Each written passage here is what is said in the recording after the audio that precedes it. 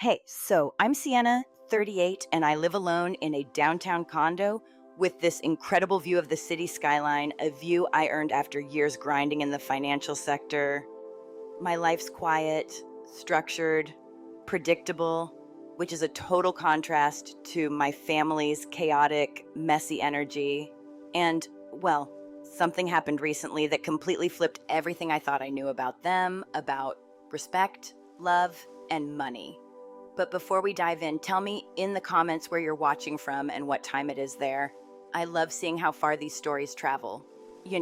Money has always been different for me, while my family sees it as something to spend, enjoy, maybe worry about later. I've always treated it like a tool for security, for freedom, for stability. I mean, I've spent years studying risks, forecasting markets, building systems that can weather pretty much anything. And somehow I applied that same logic to my family. Not in a preachy way, not at all. I just quietly made sure they were covered, even when they didn't realize how much I was doing. It started with Isabel, my sister. She'd always had this fire in her, this creativity that made her want to dive into freelance graphic design. And I admired that about her, I really did. I mean, passion is contagious, right?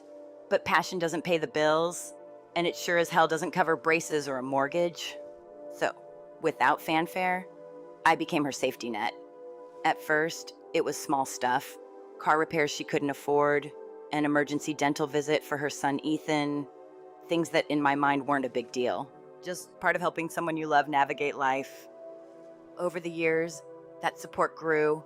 I co-signed the loan for her house because her credit wasn't strong enough, and when her freelance income dried up for a couple of months, I covered Ethan's private school tuition.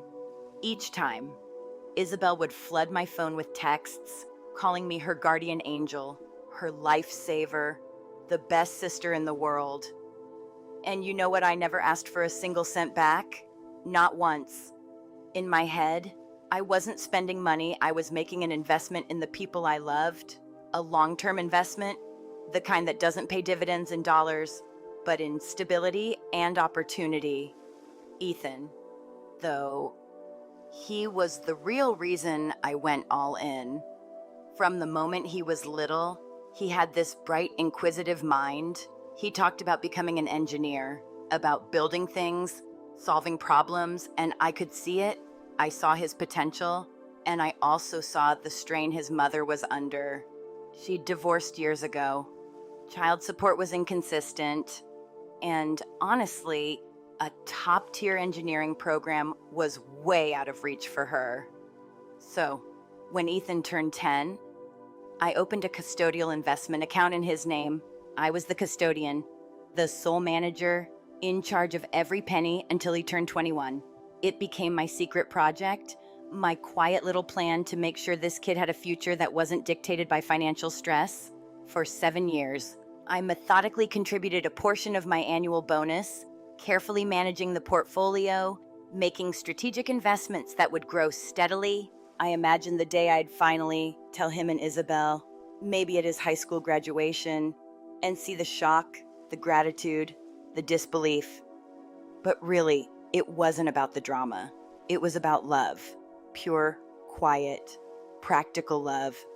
The account wasn't just numbers. It was my way of saying, I see you, I believe in you, and I've got your back. And for me, that was more important than any verbal recognition, any public display of affection. It was silent, it was steady, and I thought it spoke volumes. And then there was my parents, Diana and Arthur, simple, hardworking people who lived comfortably but without extravagance.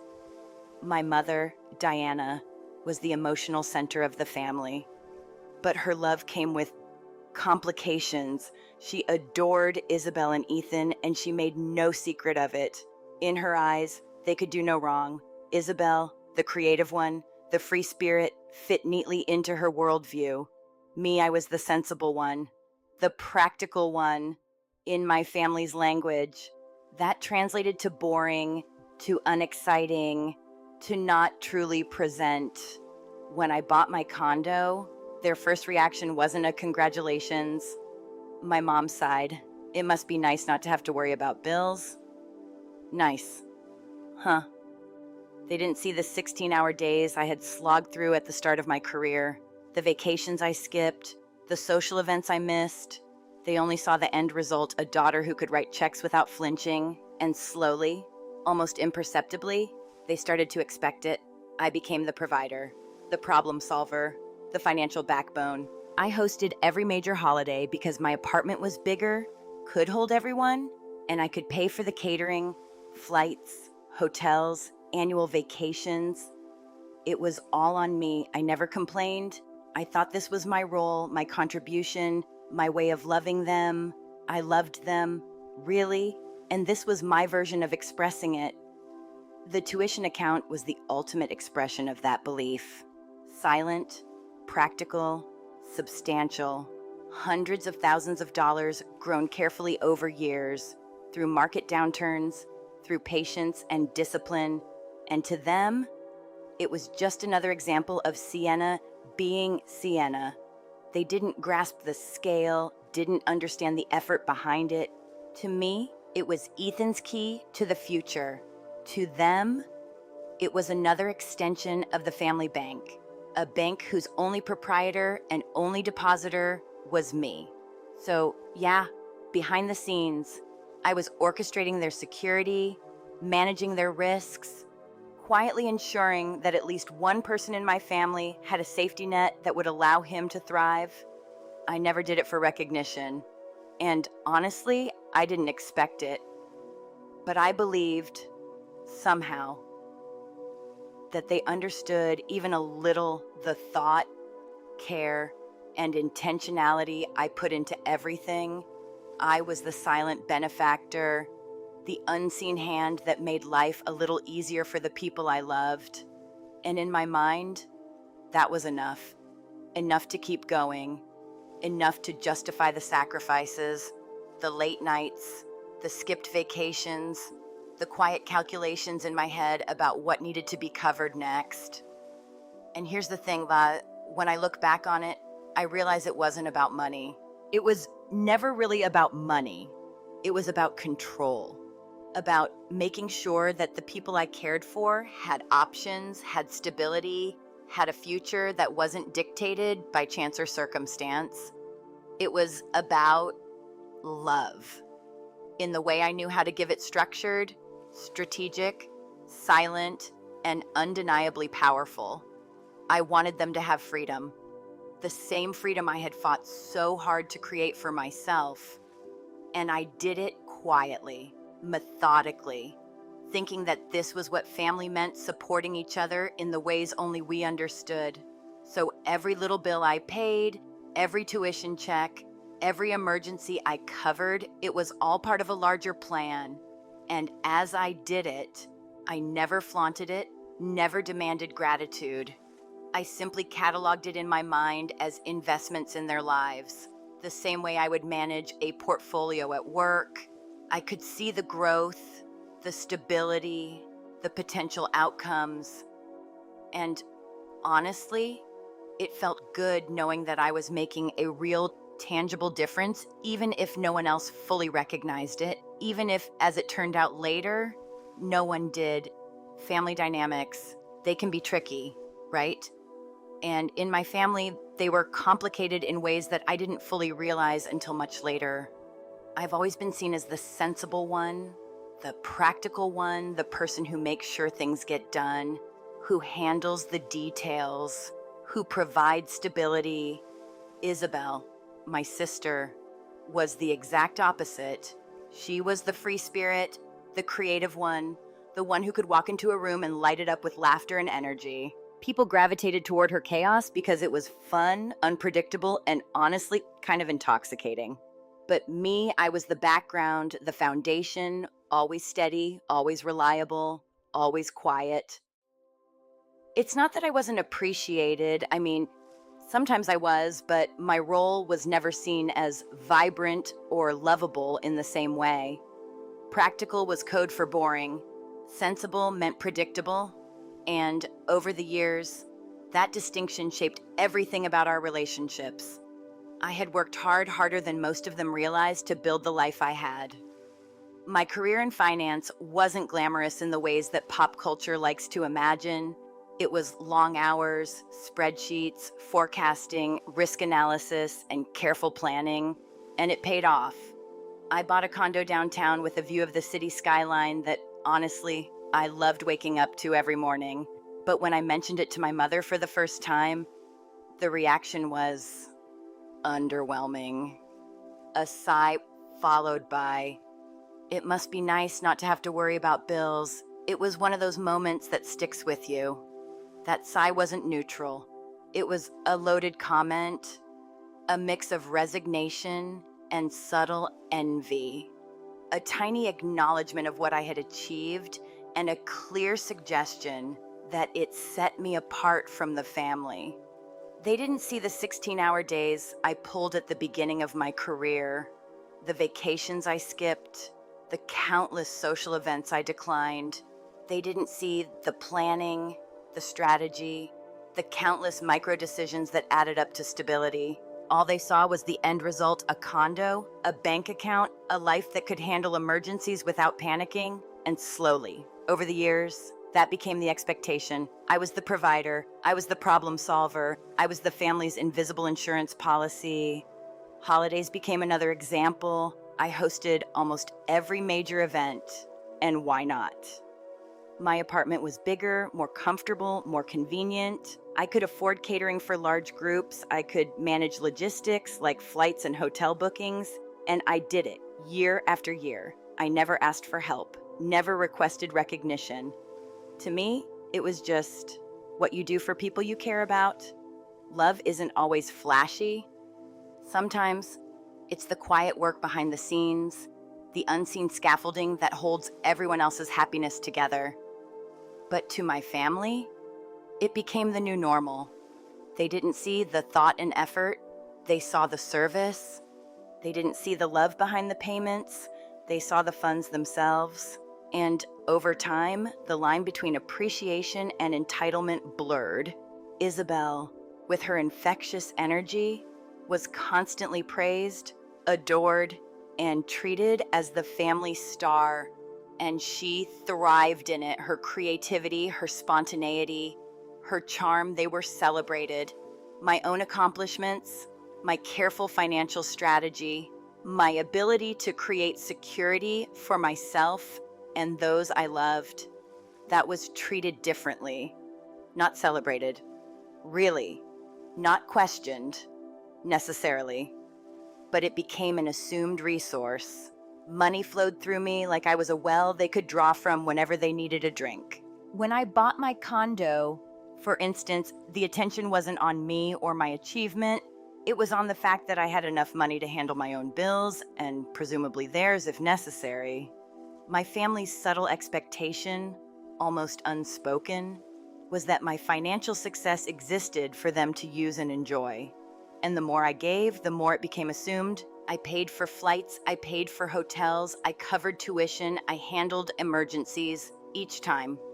I assumed that my love for them was understood, that my quiet presence behind the scenes was appreciated. But appreciation wasn't really the point for them. It was entitlement. My reliability became the default. My generosity became invisible. The work, the thought, the love behind it, it was overlooked. It wasn't measured in gratitude or acknowledgement. It was measured in what they could receive. And here's the thing, that feeling of being expected to provide, of being seen as practical rather than emotionally present, was exhausting. But it was also invisible to them. They didn't notice. They didn't question. And so, year after year, it became the foundation of our interactions. I wasn't a bad person. I didn't resent them, at least not initially. I genuinely wanted to support Isabel and Ethan, to help my parents. I thought my actions spoke for themselves. But here's the weird part.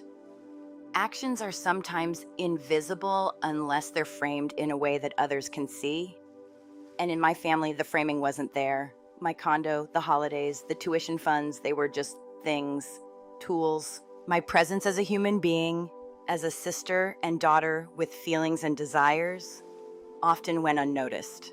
There was an unspoken narrative that being sensible and practical meant my emotional landscape didn't matter, that I existed to enable others' experiences, to smooth out the rough edges of their lives, to be the quiet engine that made it all run. And so, while Isabel's creativity and charm were celebrated, my stability and discipline were assumed. I was expected to absorb financial shocks, handle logistics, cover shortfalls, and do it all silently, without complaint, without acknowledgement. Even small comments carried the weight of expectation. A sigh, a passing remark about bills, a compliment that veiled an undercurrent of resentment, all of it reinforced the dynamic. The more I provided, the more normalized it became. It wasn't just that my family appreciated what I did, it was that they expected it, almost as if my efforts were a natural resource, something that existed outside of me, something that had no emotional cost. And emotionally, that's hard. It's hard to pour your energy into supporting people you love and to have it treated as transactional, as utility rather than affection. I often felt misunderstood, even unseen. My successes, my careful planning, my discipline, they weren't signs of love or character. They were simply a given, a pool from which the family could draw freely. And in the quiet moments, when I was alone in my condo overlooking the skyline, I'd feel it, the weight of their expectations, the subtle erasure of my personhood, the quiet loneliness that came from being constantly relied upon, but rarely emotionally acknowledged. Looking back, I can see now how this dynamic set the stage for everything that followed. It created a tension that was always there, simmering just below the surface, because my love and my work were misunderstood. My reliability, the very thing I thought would make me indispensable in the eyes of my family, instead marked me as different, separate, not fully part of the family unit. Isabel's charm and spontaneity drew attention, praise, and affection. My discipline and practicality drew dependency, expectation, and in some ways, contempt. And I didn't fully see it at the time. I thought I was being loving, responsible, and fair. I thought my family appreciated my sacrifices and my contributions. I believed that being the steady hand, the quiet supporter, was enough. I was wrong. So the stage was set, the groundwork laid, not with malice, but with intention, for a conflict that I hadn't anticipated. My family didn't know, or maybe they did, in a subconscious way, that I had a line that, while I could provide, guide, and support, there was a threshold, a point at which expectation would meet reality. But until that moment, I was just the practical one, the sensible one, the invisible engine behind their lives. Their focus was elsewhere, on charm, on creativity, on the spectacle of life that they could experience, sometimes at my expense, sometimes simply assuming I would always be there, silently making it possible. And in that silence, in that invisibility, I learned a lot. I learned how love can be expressed in quiet ways, how discipline and careful planning can shape outcomes.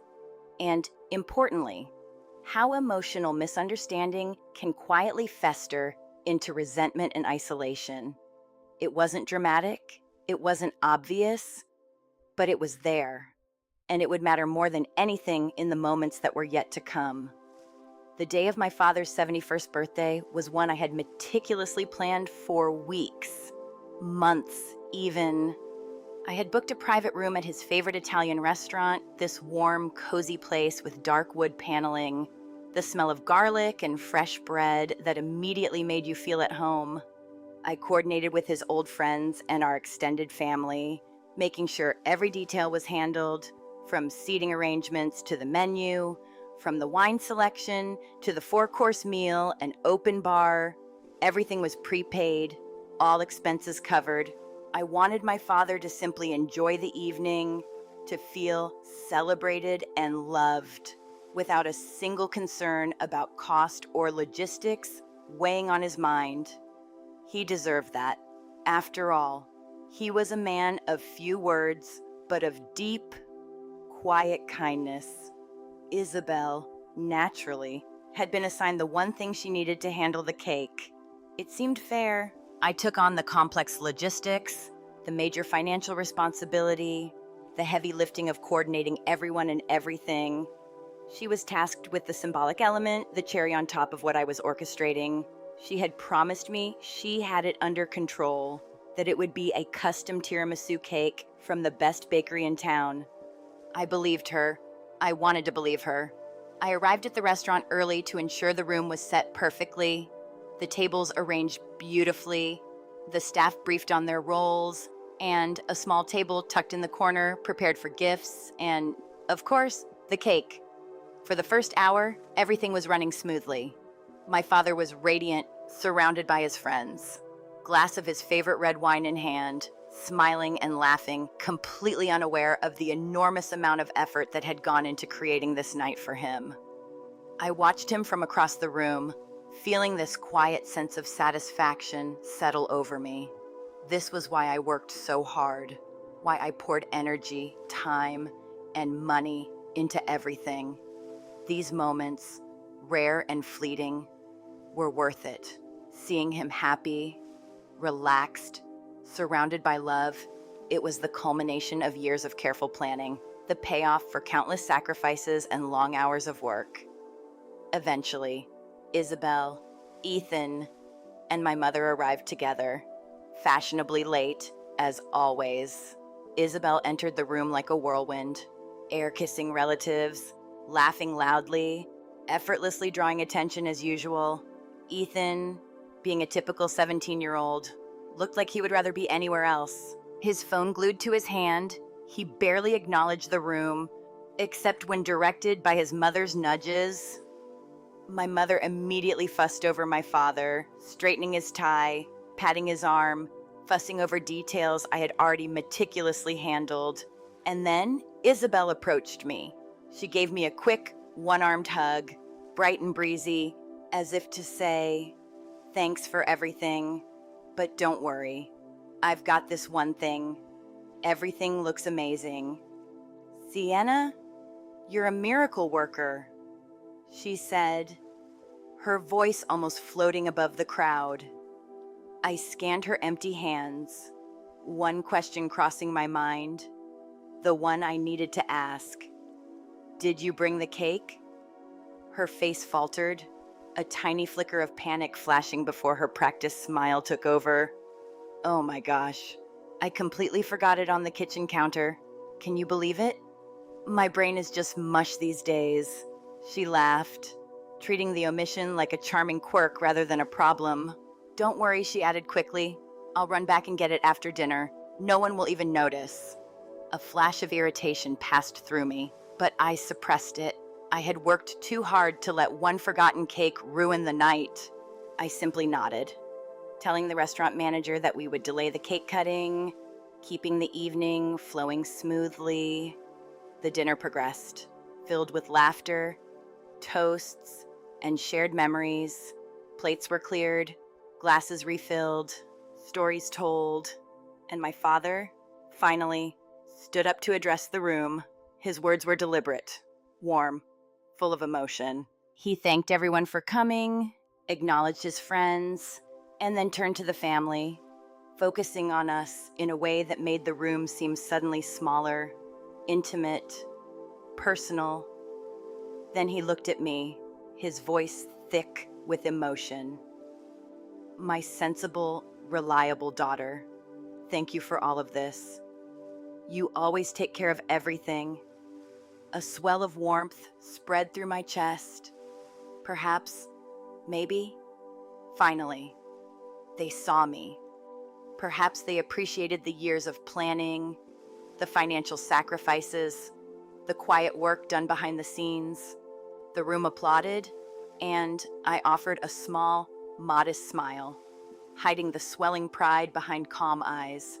But the warmth, I quickly realized, was fleeting. After his speech, the evening's energy shifted. People began mingling, conversations drifting to the future, to ambitions, to college plans, naturally settling on Ethan. My aunt, casually curious, asked him about his plans. He looked up from his phone, listing off prestigious engineering programs he was considering. There was a murmur of approval and concern. Wow, ambitious. My uncle commented, "Those places cost a fortune." My mother, swelling with pride, announced, almost theatrically, that I was handling it all. "Sienna is taking care of everything. She set up a special account for him years ago."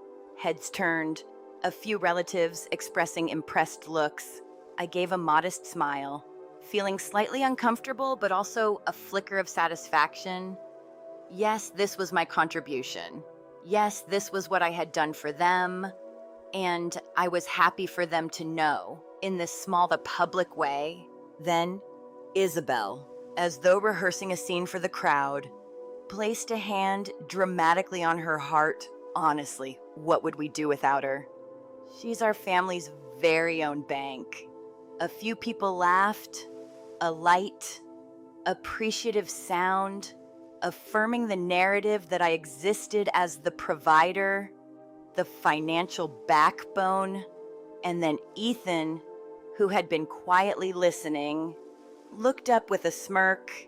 He pointed at me directly, loud enough for everyone to hear, and said, with the casual confidence of a teenager repeating something he'd learned from a recent family joke or observation, "Yeah, but Grandma says you're not really part of the family anyway."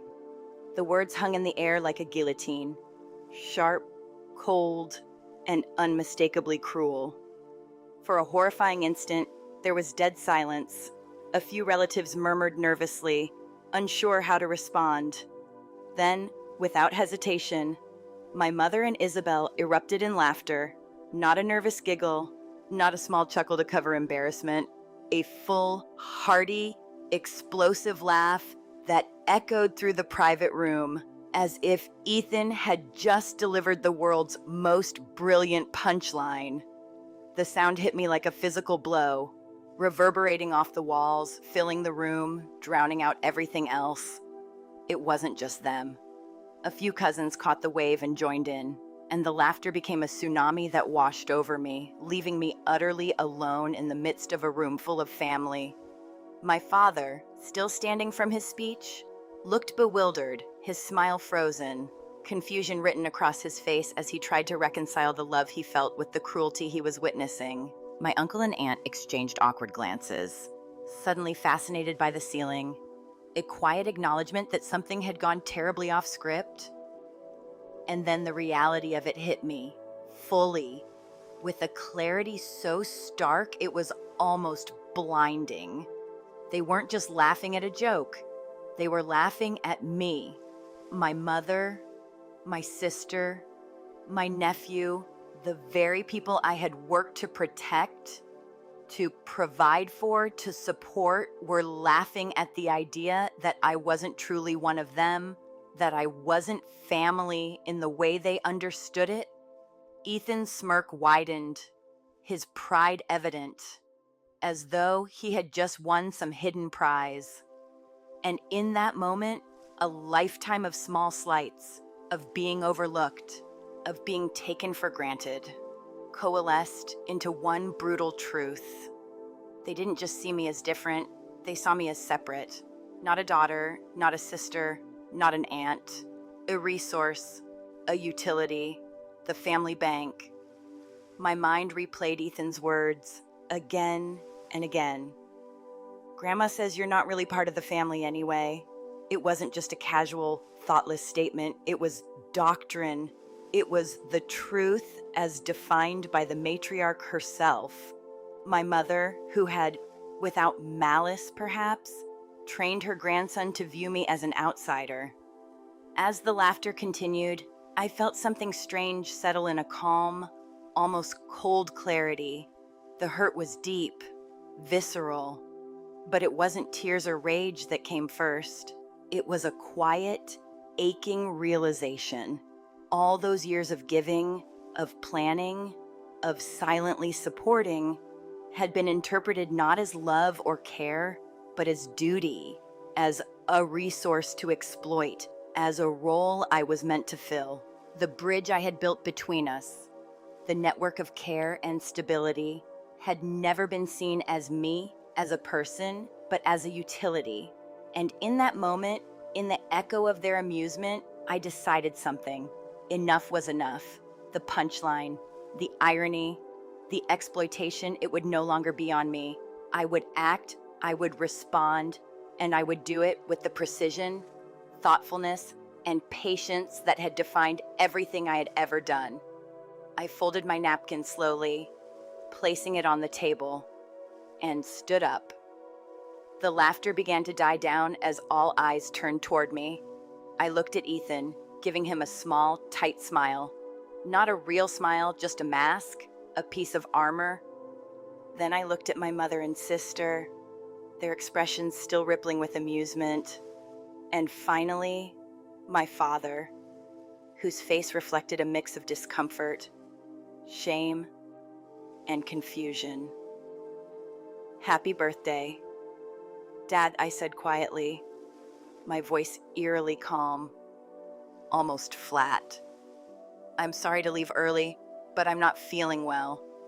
It wasn't a complete lie. I did feel sick to my stomach, but I didn't rush. I walked with measured, deliberate steps through the restaurant, past the tables, the clinking glasses, the low hum of conversation, out into the cool night air.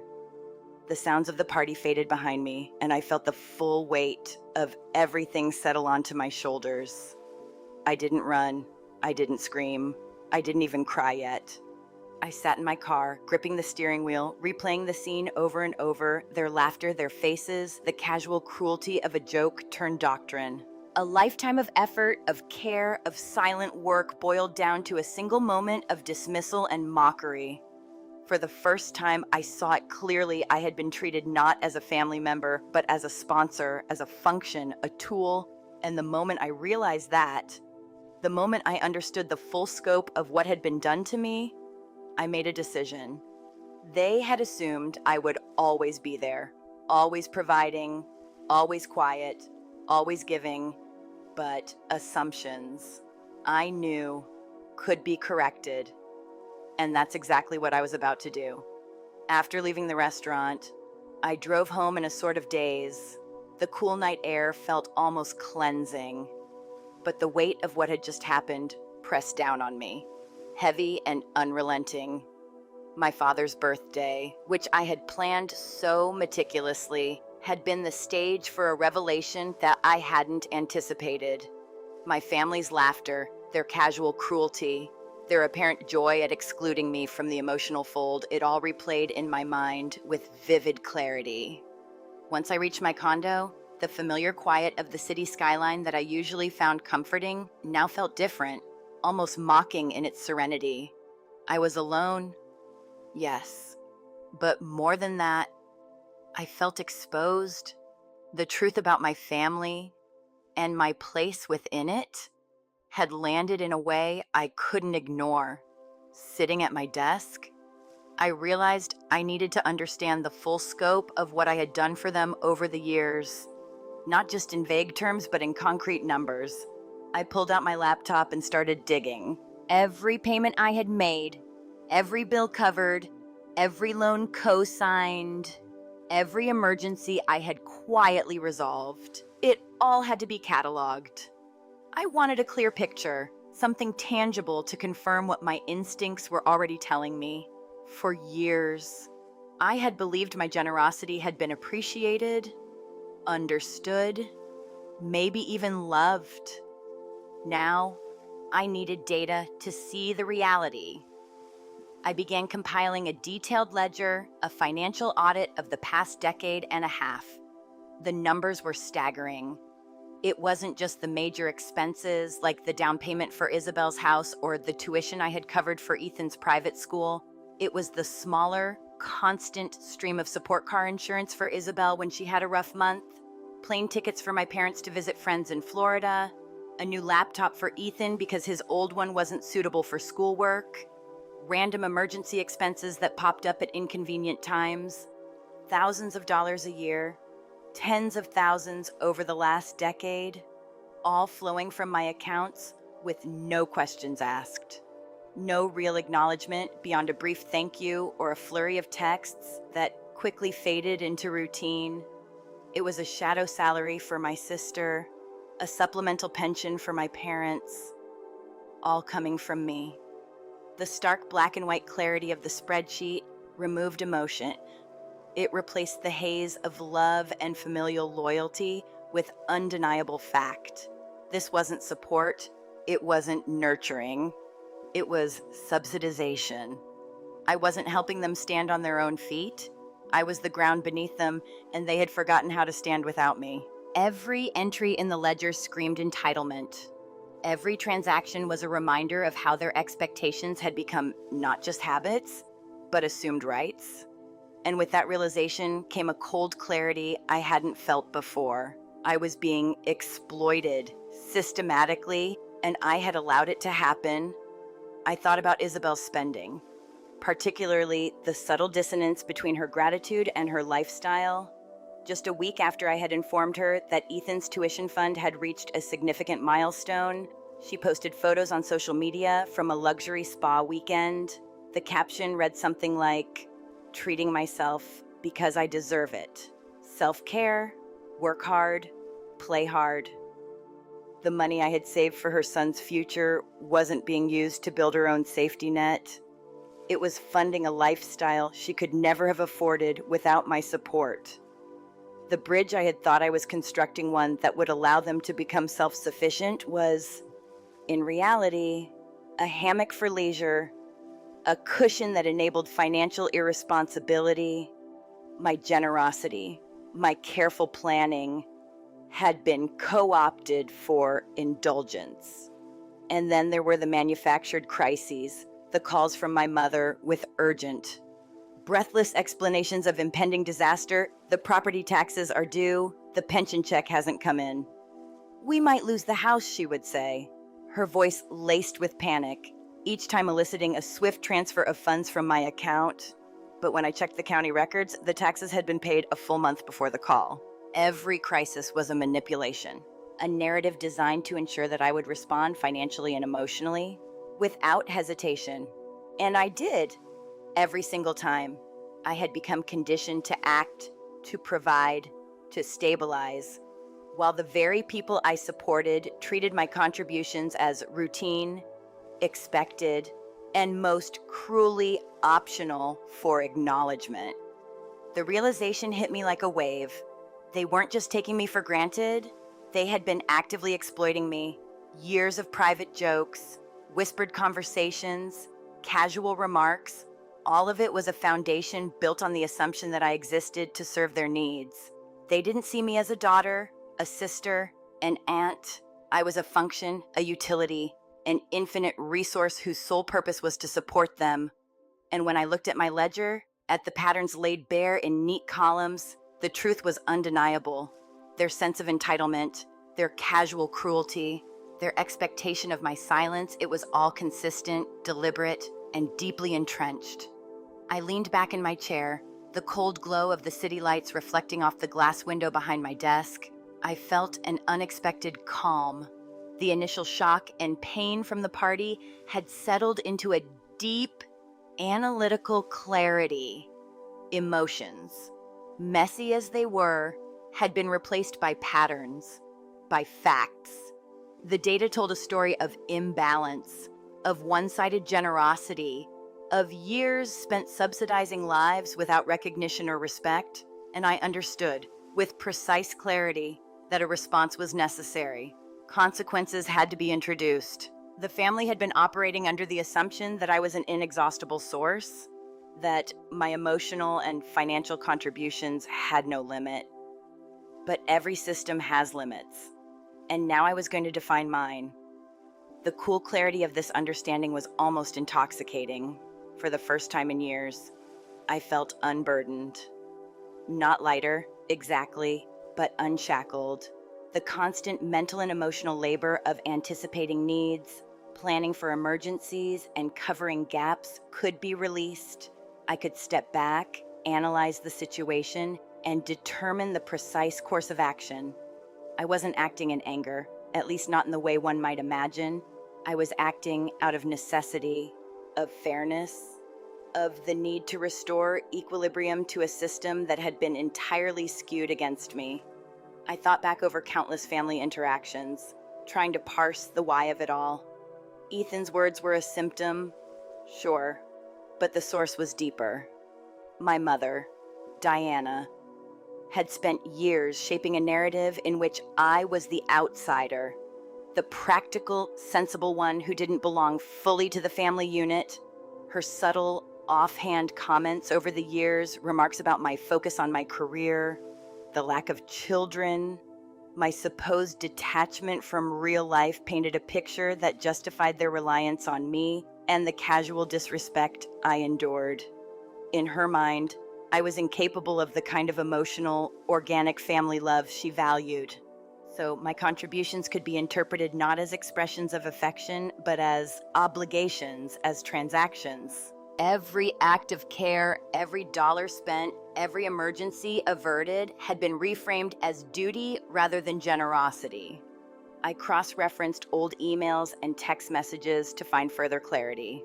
Messages from Isabel praising me after milestones in Ethan's tuition account were immediately followed by posts showing her enjoying luxury experiences she couldn't have afforded otherwise.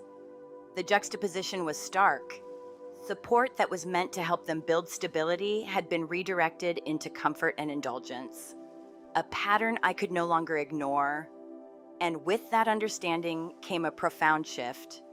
It wasn't about the money. Not really.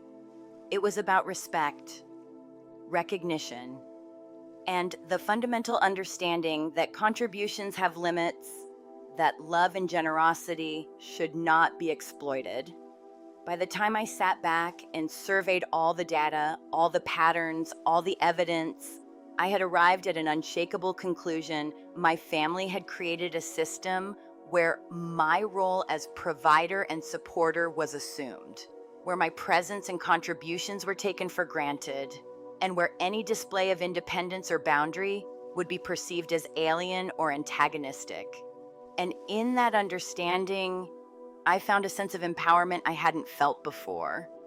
The numbers, the facts, the clear demonstration of how I had been used, they became a map, a blueprint for action.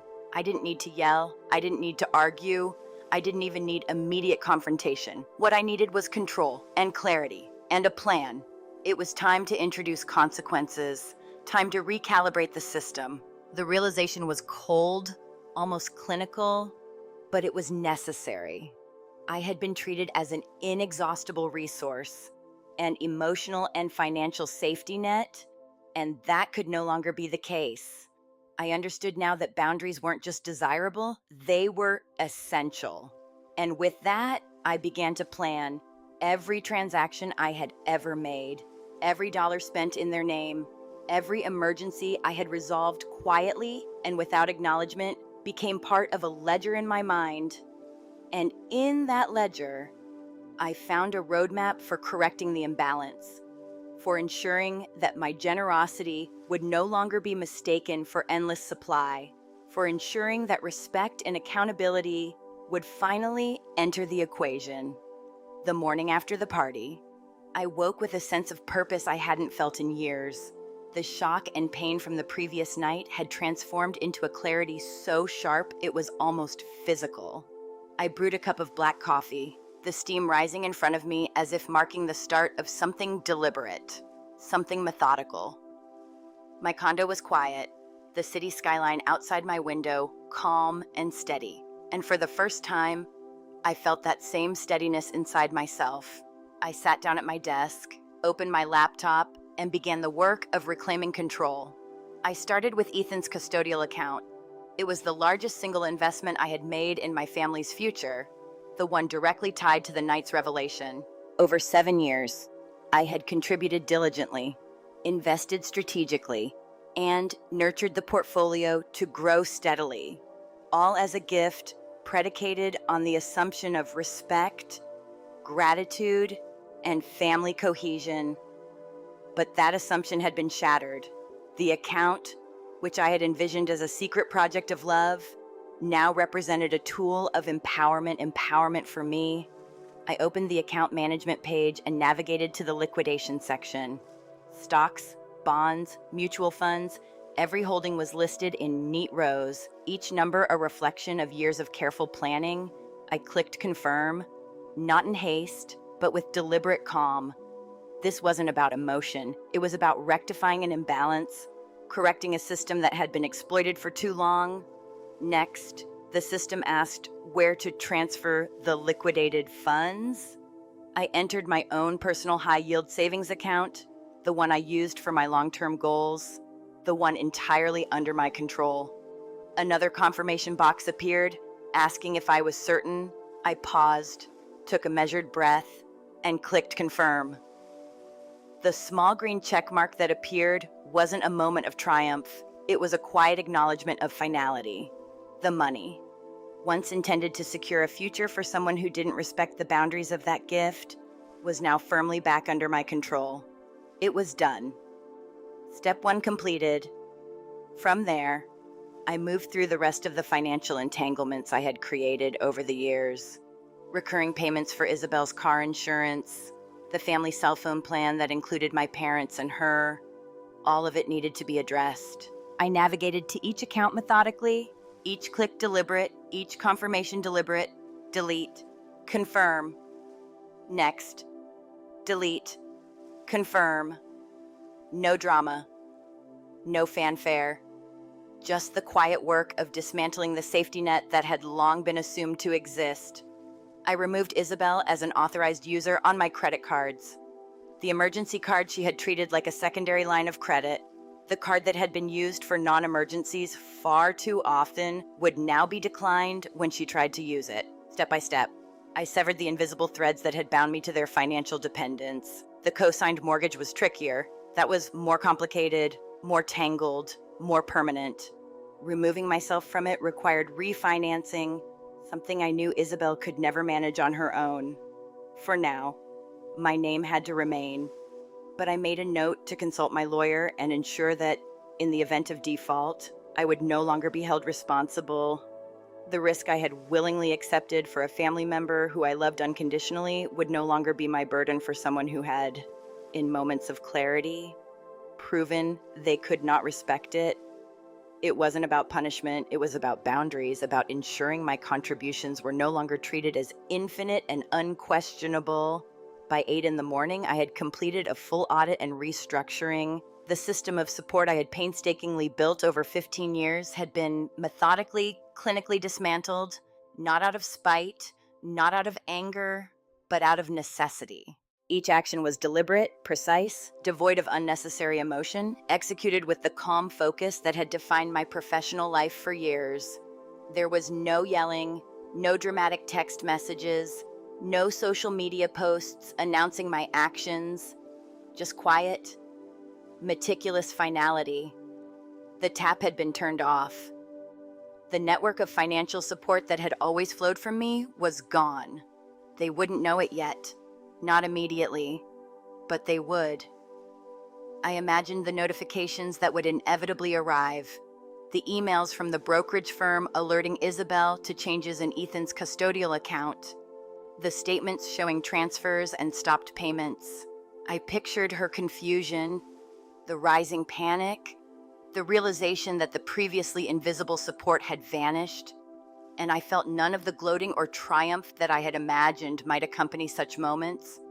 It was enough that I had established control, that the boundaries were now in place, that my generosity would no longer be mistaken for infinite access. I sat back in my chair, sipping the last of my coffee, and allowed the quiet to settle over me. The air in my condo was still. The city outside was alive, moving, flowing in a way that felt almost symbolic of the detachment I now embraced. For years, my energy, my time, My emotional bandwidth had been consumed by anticipating emergencies, resolving crises, covering gaps, smoothing over conflicts that weren't mine to solve. And now, for the first time in a very long time, there was space. Space to think, to breathe, to plan the next chapter without the constant weight of others' expectations pressing on my shoulders. Each action I had taken, the liquidation, the stoppage of recurring payments, the removal of card access, was like closing doors in a hallway I had walked for years without notice. The doors were closing silently, methodically. Behind me, marking a boundary I had never established before. And with that quiet finality came a strange sense of empowerment. It wasn't vindictive or theatrical, it was sober, almost clinical. I had corrected the imbalance, I had recalibrated a system that had been tilted against me, and I did it entirely on my own terms. As I reflected, I realized something important. This wasn't a one-time act of retribution. It was a recalibration of relationships, a redefinition of expectations. For years, my family had assumed that my support was limitless, that my contributions came without consequence. Now, the dynamic had shifted, the rules had changed. I had reasserted control over my own resources, my own time, my own energy. And in that act, there was a clarity that I had not known was possible. Every dollar reclaimed, every recurring payment stopped, every credit card and account realigned. It was a statement not of anger, but of self-respect and boundary setting. I didn't dwell on the potential reactions or the drama that might unfold. That wasn't the point. The point was that I had acted, that I had reestablished the natural limits that had been ignored for too long. And as the morning light grew brighter through my window, casting a soft glow over my desk and the neatly organized spreadsheets and accounts, I felt an unexpected lightness. The weight of constant expectation had lifted. The sense of obligation that had quietly governed my life for years had been dissolved. It was a quiet liberation, almost imperceptible to anyone else, but profound to me. Each click, each confirmation, each finalization was a reinforcement of the principle I had realized over and over again.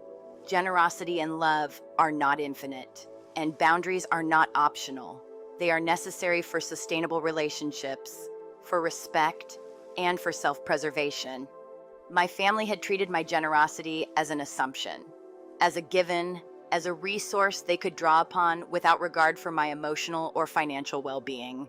That assumption had ended, and in that ending, I felt a sense of control and autonomy I hadn't experienced before. By mid-morning, everything was in place. The system of support that had defined my interactions with my family for years had been meticulously deconstructed. Each step had been deliberate, precise, and utterly devoid of unnecessary emotion. I had acted not in the heat of anger, but in the cool clarity of understanding, guided by data, by observation, and by the realization that my contributions had been misinterpreted, exploited, and undervalued. The financial scaffolding that had long underpinned my family's comfort and security now stood dismantled. I could leave the notifications, the panic, and the eventual confrontation to unfold in their own time. My role had changed. I had changed it. Sitting back in my chair, I let the quiet settle over me. There was no rush to gloat, no need to celebrate. The action itself, the methodical dismantling, was sufficient. I had reclaimed control, established boundaries, and set the stage for a new understanding of my own value. For the first time in years, I felt fully in charge of my life and my resources, a calm authority that was empowering, even restorative. The morning passed in a haze of calculated precision, the hum of the city outside matching the measured rhythm of my thoughts. Everything was quiet, deliberate, and exactly as it needed to be. I had taken the first steps to ensure that my generosity would never again be mistaken for an unlimited, unquestioned obligation. And in doing so, I found an unexpected but profound sense of peace and power. By mid-morning, my phone finally buzzed. I let it ring 3 times before answering, placing it on speaker and setting it on my desk. The moment Isabel's voice filled the room, it was a shriek, raw and sharp, like a storm had broken in my quiet morning.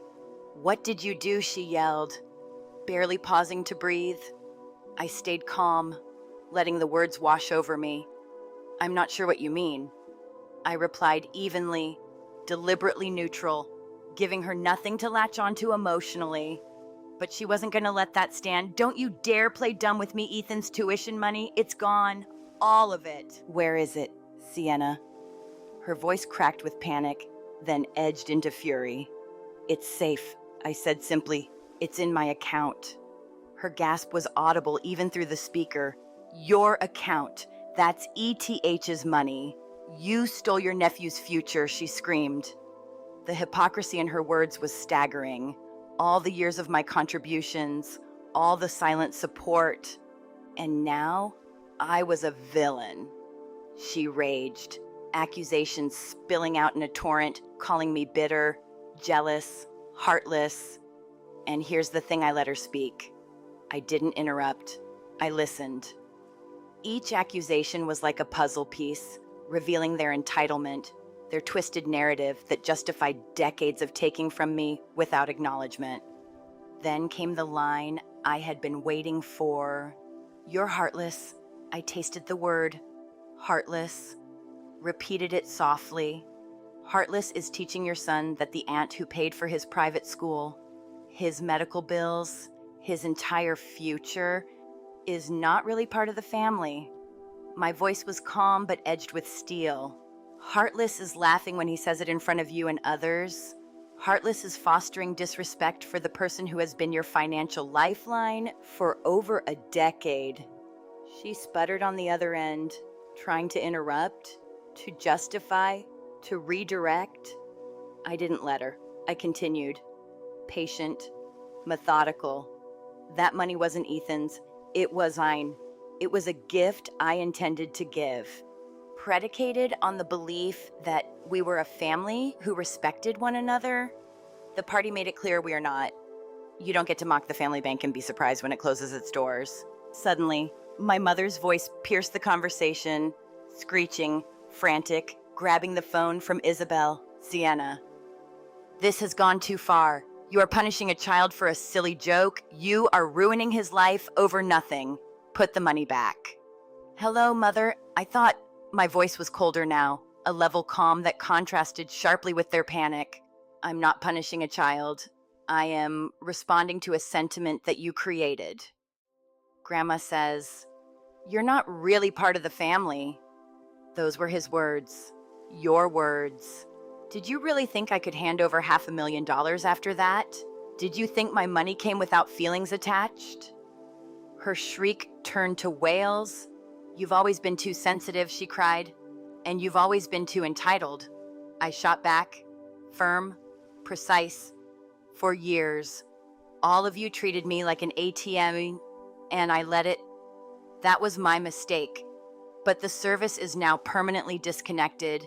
Ethan's college education is now Isabel's responsibility. I suggest she starts updating her portfolio because those prestigious engineering schools, as my uncle pointed out, are very expensive." I could hear Isabel wailing in the background. My mother was momentarily speechless, scrambling for another angle. "What about your father? This will break his heart." I didn't flinch. "My father's birthday gift is on its way. I've set up a trust that deposits a small sum into his personal account for his hobbies. It's in his name only. You and Isabel cannot touch it. That is my final contribution." And then I hung up. Silence. Absolute, unbroken silence in my apartment. The confrontation was over. The shockwave had passed. For the first time in years, I felt the gravity of my actions. The weight of accountability finally balanced. The boundary I had drawn finally in place. I had spoken clearly, calmly, and firmly. I had set the rules, and I had maintained control. even as they panicked, raged, and tried to manipulate. For the first time, my authority, my clarity, and my value were recognized not by applause, not by laughter, but by undeniable, uncompromising fact. In the weeks following the phone confrontation, an unexpected quiet settled over my life. The constant stream of calls, texts, and emails that had always been the background noise of my existence simply stopped.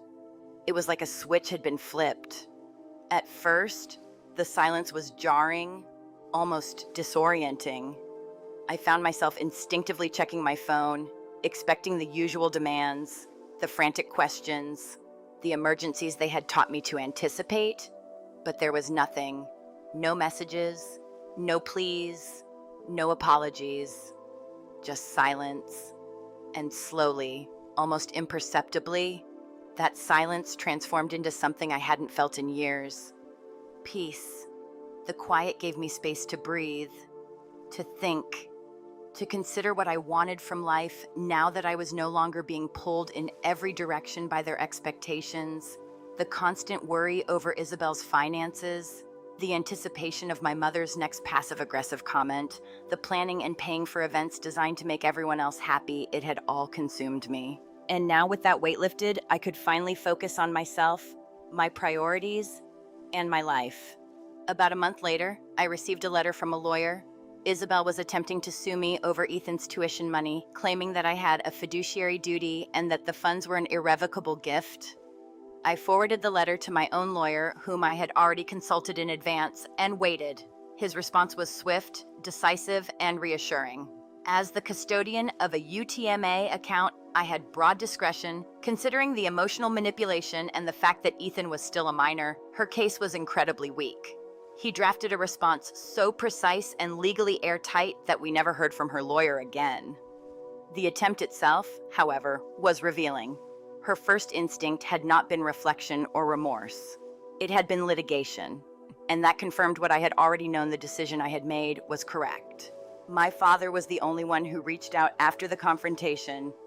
About 2 weeks later, his voice was heavy with sadness when he called.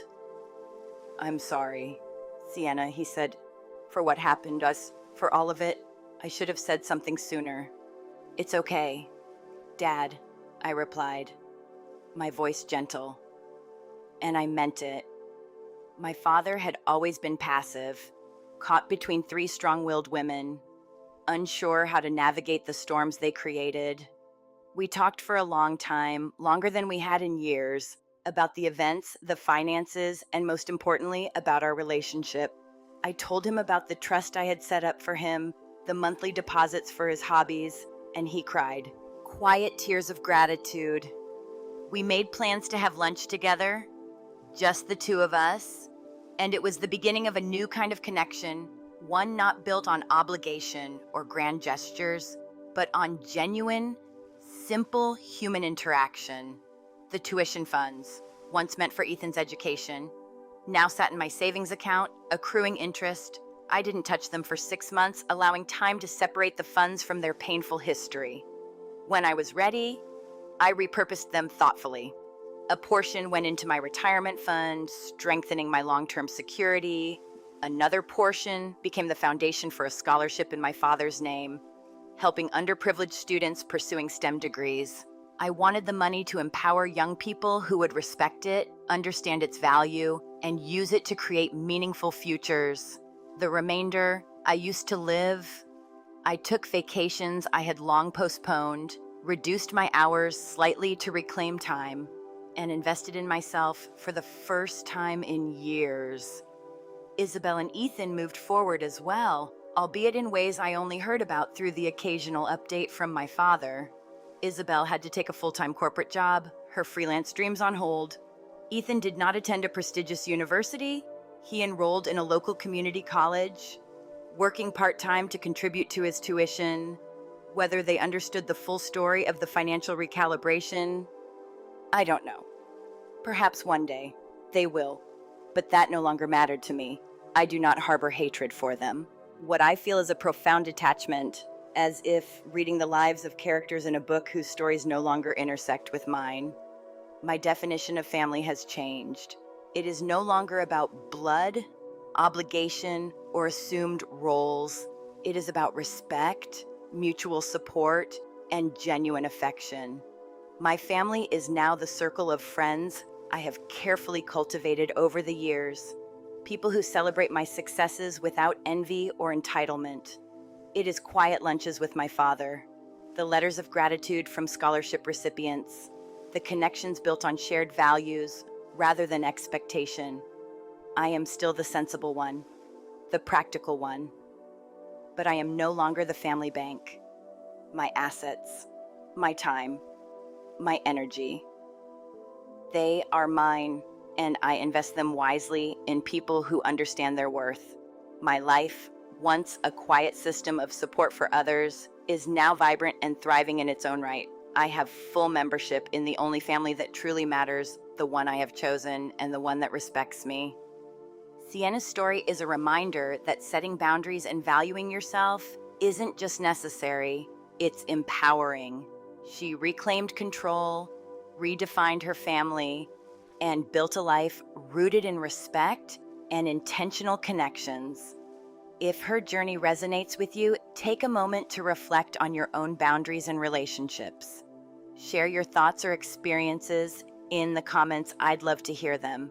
And if you found this story compelling, consider liking and subscribing to stay connected with stories that explore resilience, clarity, and personal empowerment.